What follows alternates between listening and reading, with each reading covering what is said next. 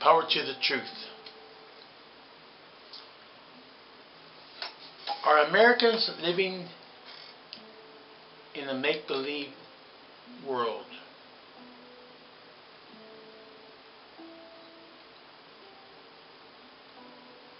Think about that.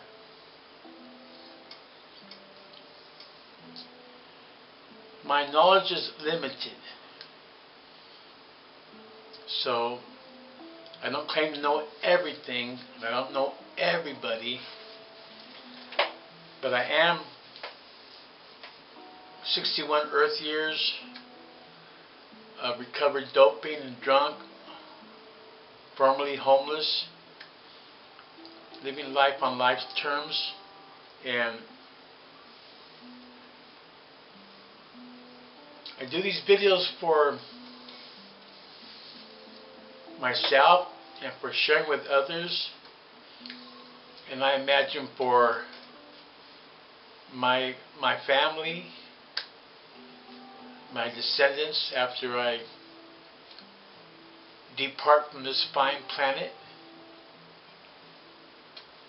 No one gets out of life alive. Just so you know, I could care less about being popular. I just want to be for real and keep it real. If democracy means majority rule, via honest elections and our representatives, is that what we have here in the USA? Really?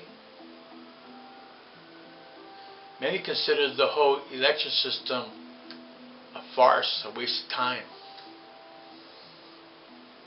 So,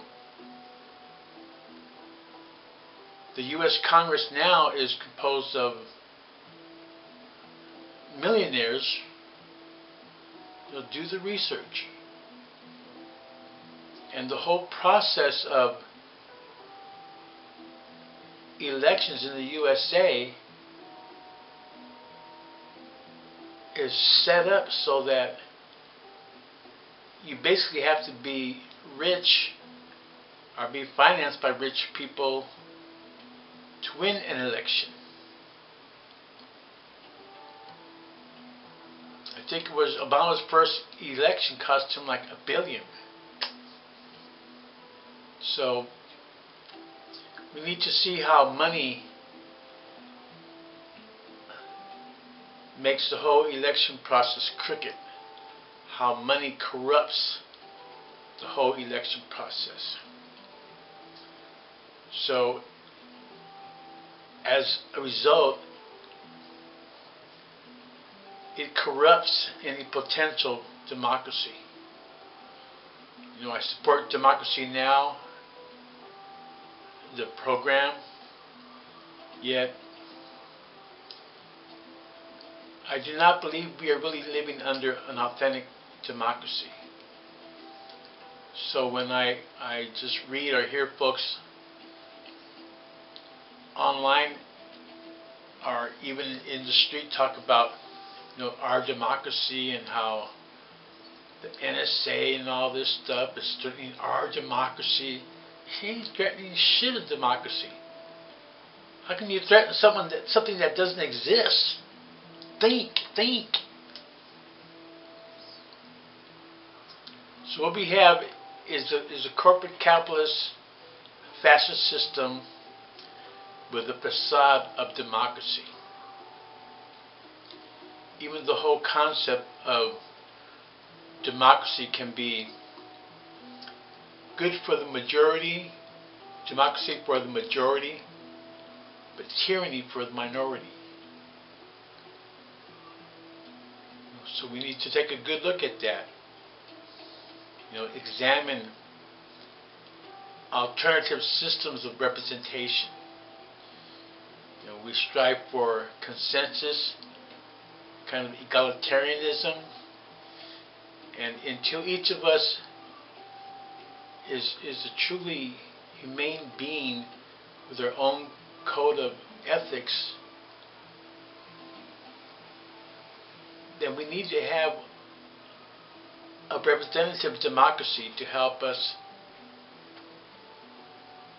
get along together in society. So I support progressives and others getting involved in the electoral system, getting registered to vote, supporting progressive candidates. Last presidential election, I voted for Jill Stein with the Green Party, though I still remain an independent voter. So we need to really see that we need to exercise democracy, and we do that by, playing the democracy election game, with a realism that even though we may not win a particular election, say, for a candidate, if that candidate can use the election as a platform for raising consciousness, for advocating progressive issues, humane rights, respect for Mother Earth, combating the fascist state. So we need to really look at the positive and negative of democracy, what it means for us. To not participate at all in official elections is to lose by default. There's the one argument says, well, if you participate in the elections, then it gives the system a sense of legitimacy. And there is some truth in that. But what cracks me up is people that do not participate in the elections, and then they don't do shit anyway. Or they're inactive anyway. I won't say don't do shit. I mean, we all got a shit. But they're inactive. So, and they rationalize it, where I'm saying that if there is ever going to be a democracy, that it requires the participation of us as citizens, global citizens, so that we get used to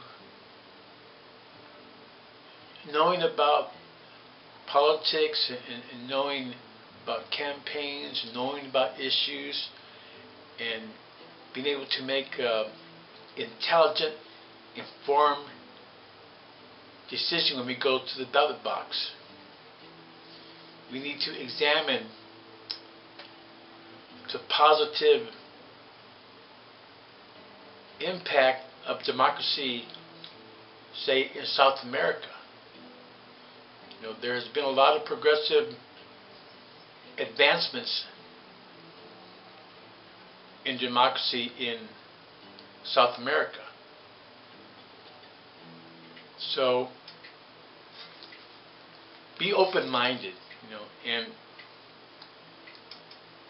see the need for, waking up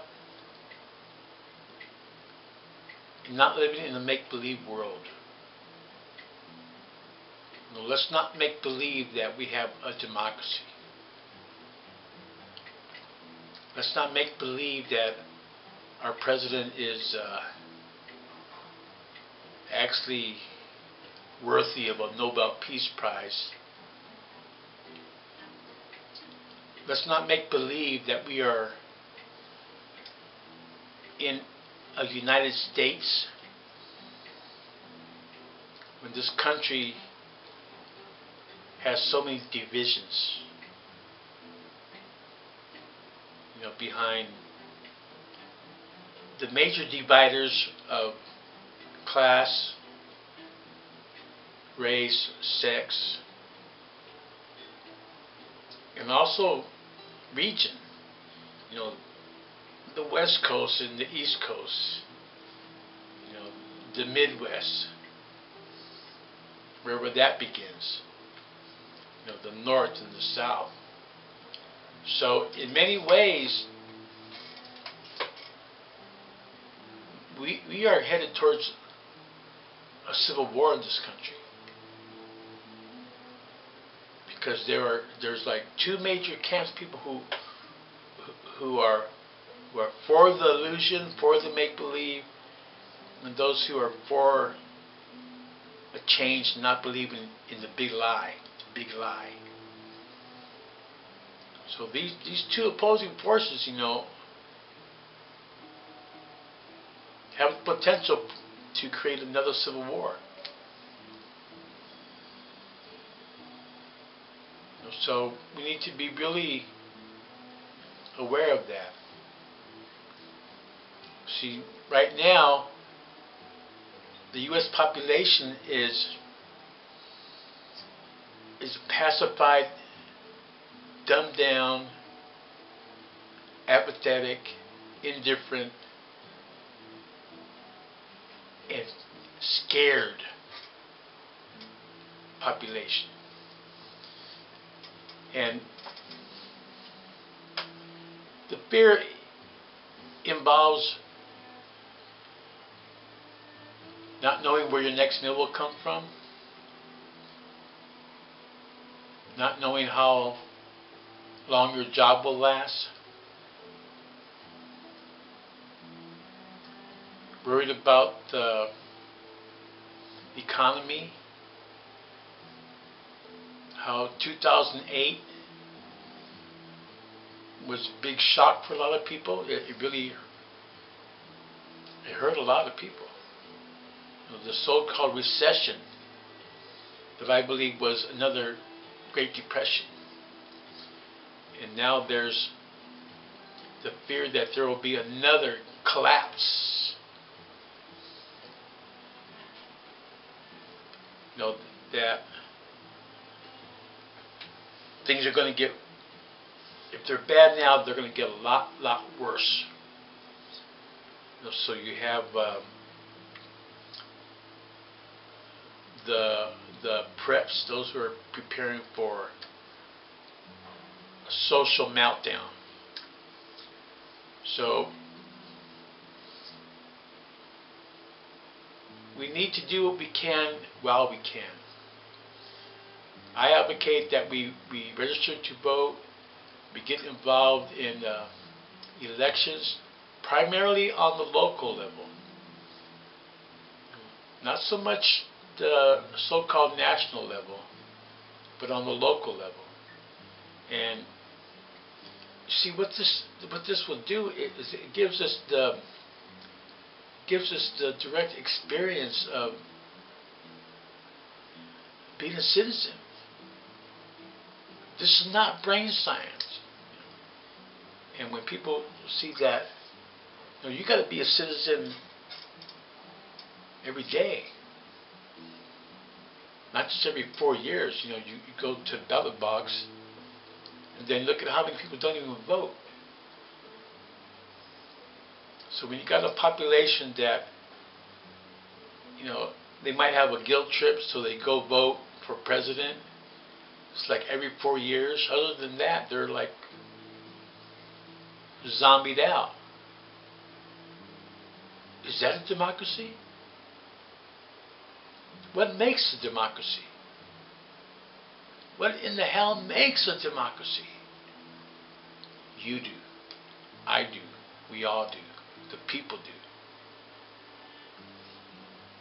Or it's just a sham, just a rich man's game. So let's keep that in mind as time goes by. You know, that if you're a U.S. citizen and say you don't want all these illegal Mexican immigrants to be U.S. citizens, God forbid, and you think you're a citizen, then you don't do shit as a citizen. except maybe go vote every 4 years. We're all on the same planet. I advocate amnesty for all Mexican immigrants in the USA, period. No waiting period, no back to the line crap. Get real. We have 11 to 13, maybe even 15 to 20 million Mexican immigrants inside the USA borders now, in the continental USA now, who are essential to keeping the economy going, essential to putting that stuff, that food on your table. Think. Don't be a racist. Don't hate foreigners, especially white people. Y'all were foreigners here. This was our land. Speaking as a native, this was our land.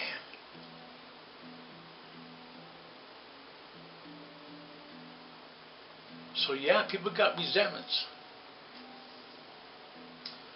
So we just do the best that we can with what we have and try to get along with each other and not be colorblind, but not let us be divided. You know, I always stress the importance of unity, the importance of solidarity. You know, to understand that there's antagonistic, hostile contradictions among the people, and then there's non-hostile, non-antagonistic contradictions among the people. There's two kinds of major contradictions. So the antagonistic, hostile ones are those between the haves and the have-nots. The haves being the minus 1% of the corporate empire, and the have-nots being the 99+% of the general population. So I know it's not all that black and white. Yet we need to see that we're here now in the USA, and we better learn to start getting along. Quit hating on each other. Quit having these prejudice stereotypes. As a rule, if we stop and analyze a situation, stuff has a positive and a negative to it. It's dialectics. And the degrees and dimensions of that positive or negative can vary. What does this mean? The USA, we can consider it a racist society. Yet, it is not exclusive to white people. And we got to understand that many non-white people are racist against other people too. Keeping in mind that there is only one race called Homo sapiens, the human species. And we are on one planet together. We need to be able to get along. Remember Rodney King said something like that after the LA riots. So Americans suffer from a kind of cognitive dissonance where they're, they have this make-believe perception of reality, and yet there's another real reality that they know exists too. Like, for example, the idea that we live in a true democracy, which we do not. How can you lose something that you don't even have? The idea that America is a free and independent nation. It is not. So, we do have basic common needs that we share, and we are in this whole situation together. It's going to be easier to struggle through it when we have a spirit of spiritual qualities, good spiritual qualities, because spirit can be good or evil. We have an evil spirit. But good spiritual qualities of corny stuff, like the Dalai Lama talked about. I'm one of the corn people. Being humane, being loving, being compassionate, caring about your neighbor, loving your neighbor as thyself. That doesn't mean necessarily screwing your neighbor, though sometimes. But really loving your neighbor. And being able to get along with people even if you disagree. Remembering that, in the back of your mind, the bottom of your soul, that we're all one family. Even though we can be strangers to each other. So to help cope with our environment, to help make it better, we get involved in politics, causes, issues, saving the planet. And we use different methods to do that. One method, of course, is politics, registering to vote, elections, campaigns, and for me, keeping in mind, it's not so much to win, but any winning is in the running. Any winning is in the running. We run someone for office, and they're talking about redistribution of the wealth. They're attacking Wall Street. They're attacking the bankers. They're attacking Monsanto. They're attacking DuPont. They're attacking the mega corporations. And at the same time, they're advocating community literacy, teaching people how to read and write.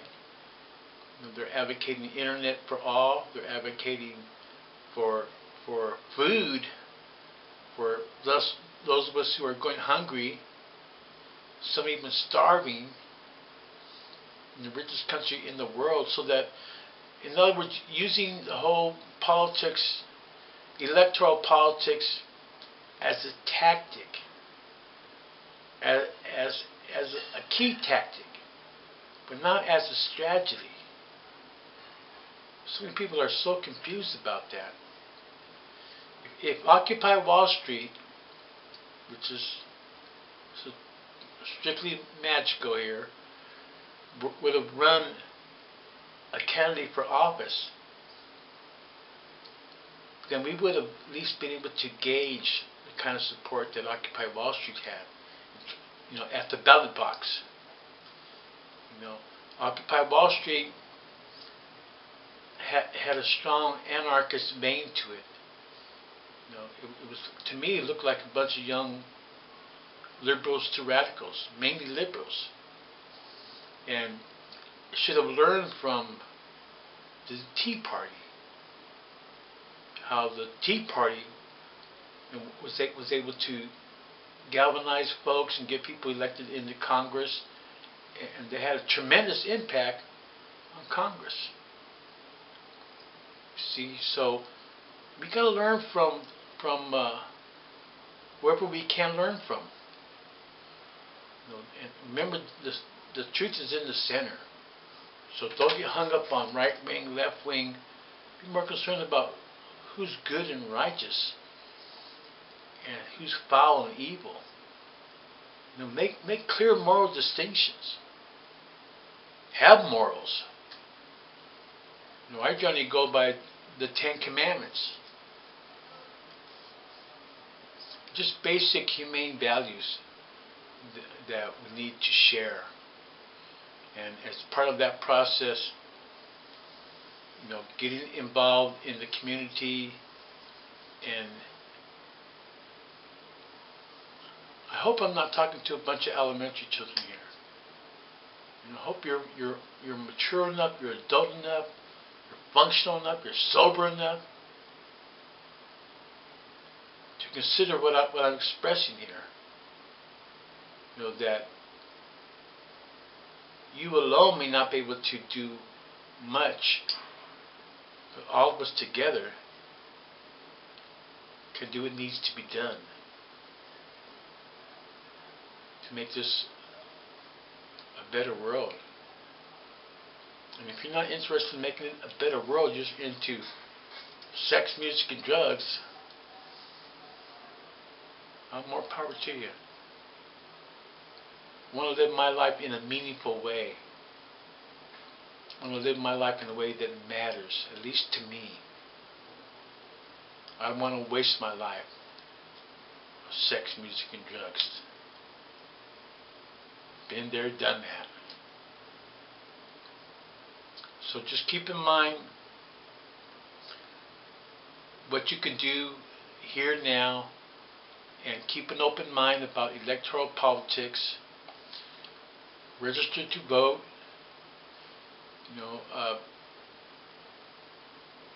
I still dig the Green Party, and I respect Jill Stein. So let's work on being good global citizens.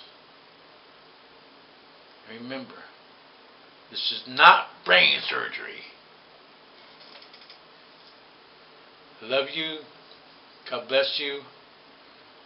Thank you for taking the time and attention to check this video out. Hope you leave comments below. And love all you can, because the clock's ticking.